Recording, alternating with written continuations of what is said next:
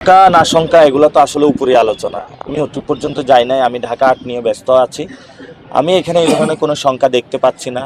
তো আমি চাই যে ইলেকশনটা ১২ তারিখে হোক। যদি না হয় এটাতে আওয়ামী লীগের একটা পুনর্বাসনের সুযোগ বাংলাদেশের সৃষ্টি হবে, ইন্ডিয়া এই জায়গায় সুযোগ নেবে। তো আমরা সেই সুযোগ তাদেরকে নিতে দিব না। যদিও এই ইলেকশনটা অনেক চ্যালেঞ্জিং, বাট বাংলাদেশের যারা তারা তো চ্যালেঞ্জ গ্রহণ করতে প্রস্তুত।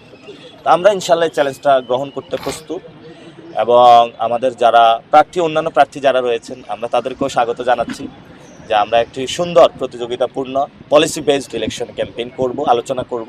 ইলেকশনের দিন মাঠে থাকব সবাই, কেউ কাউকে ভীতি প্রদর্শন করব না। একটা সুষ্ঠু নির্বাচন, এটা আমি কমিটমেন্ট দিলাম নাসিরউদ্দিন পাটোয়ারি, ঢাকা ৮-এ।